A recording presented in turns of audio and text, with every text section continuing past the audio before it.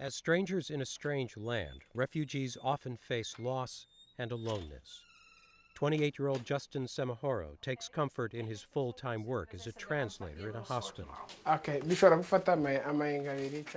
But his mind is not far from the home he left and the family he lost. Yeah, this gives me the ability to help my brother and my sister in Africa. So I could send them money to help them survive. Amen. Amen. Please be seated. A survivor of genocide in Central Africa, Justin has been searching for his family for over a decade. I'm really thankful for this. After locating his brother and sister in Kenya, Justin's church helped to make them safe and is now helping Justin make the 8,000-mile journey to see them. Tomorrow I will be heading back to Africa.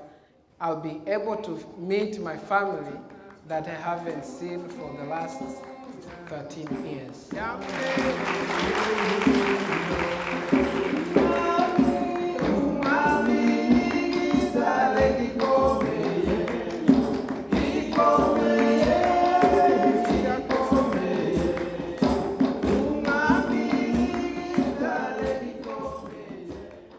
Justin also received support from Sasha Chanov, who runs a resettlement agency that strives to reunite families separated by war and genocide.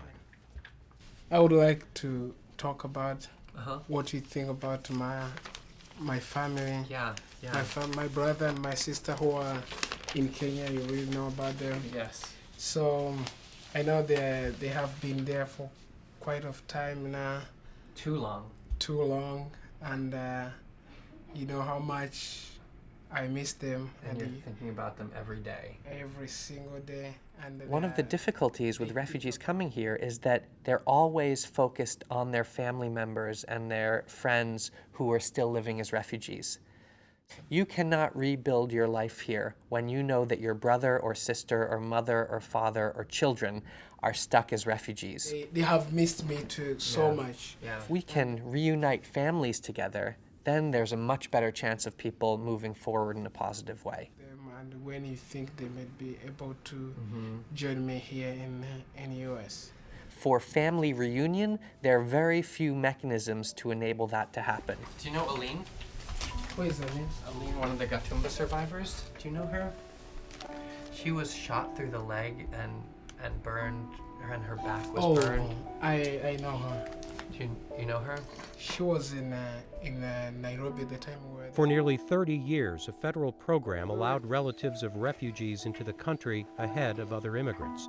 But the program has been suspended, in part due to difficulties of verification. All too often, close friends were claiming family ties. I would say that when you're a refugee, you're trying to do everything you can to survive. And if you and I had fled together and knew each other, I might say that you're my sister because I might think that that's the only way that you are going to get to the US. You still have to pass through the interview, the security exams, the medical checks, and everything before you arrive here. But the strength of our relationship might help you access the refugee resettlement program. Her dad was killed and her mom was killed. Yeah, they were both killed. Yeah. And she's with her grandmother and her aunt Solange, and they just moved to New Mexico. They were in Denver before, but they moved to New Mexico. Okay. Modern technology and air travel allowed Justin to re-establish contact with the family he hasn't seen in 13 years. But staying in touch is not the same as being together. Just to see the situation that they will be in and visit, I know it will hurt me and it will even hurt them, but I just want to be there.